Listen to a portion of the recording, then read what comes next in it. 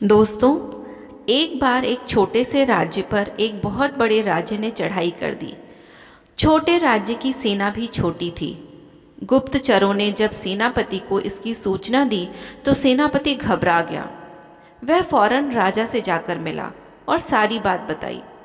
राजा ने जब यह सुना कि उसके राज्य पर शत्रुओं ने आक्रमण कर दिया है तो वह आग बबूला हो गया। उसने सेनापति से कहा, जाइए, युद्ध की तैयारियां शुरू करिए। हमें अपनी पूरी ताकत से शत्रु का मुकाबला करना होगा। सेनापति बोला, परंतु महाराज, हमारी सेना में तो केवल 10,000 सैनिक हैं और उनके पास 1,00,000 सैनिक हैं। ऐसे में हम उनका मुकाबला कैसे कर पाएंगे? राजा उसका उत्साह बढ़ाते हुए बोले, कुछ भी हो, हम पराजय स्वीकार नहीं कर सकते। एक सैनिक का धर्म है युद्ध क्षेत्र में वीरतापूर्वक लड़ना। परंतु महाराज, मैं जानबूझकर मृत्यु के मुंह में नहीं जा सकता। सेनापति ने यह कहते हुए अपनी तलवार राजा के कदमों में डाल दी। सेनापति के इस कदम से राजा बड़ी मुश्किल में पड़ गया। अब वह भागा भागा राजगुरु की शरण में पहुंचा। राजा ने राजगुरु को सारी बातें बताईं और इस मुसीबत से निकलने का उपाय पूछा।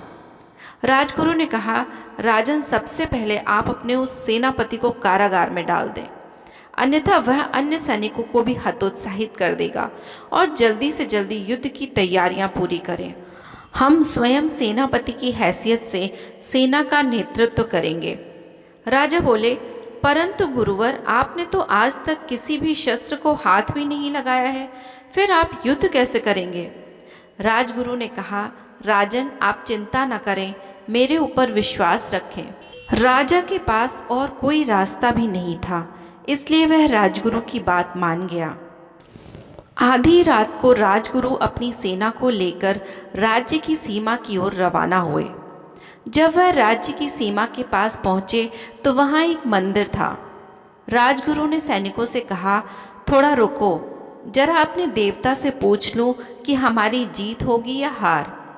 सैनिकों ने आश्चर्य से पूछा कि ये कैसे हो सकता है भला? मंदिर के देवता ये कैसे बता सकते हैं? राजगुरु ने कहा, इस मंदिर के देवता बड़े चमत्कारी हैं और इनकी कही हुई बात कभी झूठी नहीं हो सकती।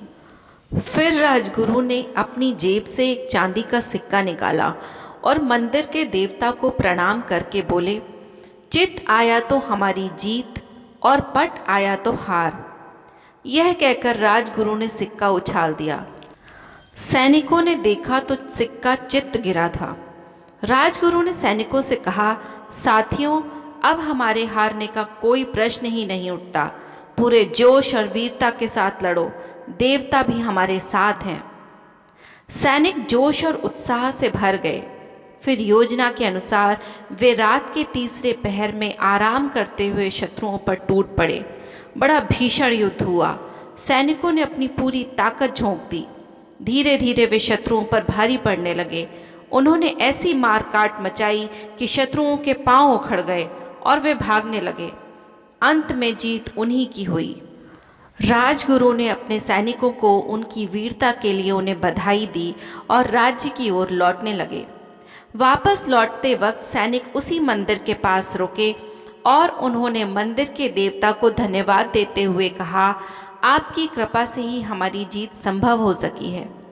राजगुरु मुस्कुराए और बोले, जीत इनकी कृपा से नहीं बल्कि तुम्हारी सकारात्मक सोच से मिली है। सैनिक आश्चर्य में पड़ गए कि जाते समय तो राजगुरु कह रहे थे कि देवता हमारे साथ हैं और जीत हमारी ही होगी, और अब कह रहे हैं कि जीत देवता के कारण नहीं मिली। अब राजगुरु ने वो सिक्का निकाला। सैनिकों ने देखा तो उनकी आंखें फटी रह गईं। सिक्के में दोनों तरफ केवल चित्त ही था।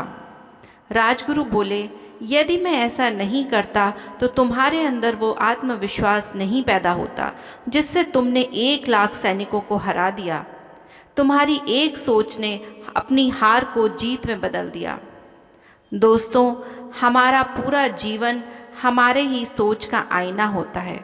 हम जैसा सोचते हैं हमारे जीवन वैसा ही बन जाता है।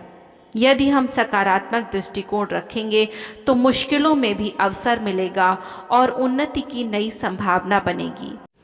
मुझे उम्मीद है कि आपको ये वीडियो पसंद आया होगा। अगर पसंद आया है तो प्लीज़ चैनल को सब्सक्राइब करें। ईश्वर हम सब पर अपनी कृपा बनाए रखें। नमस्ते।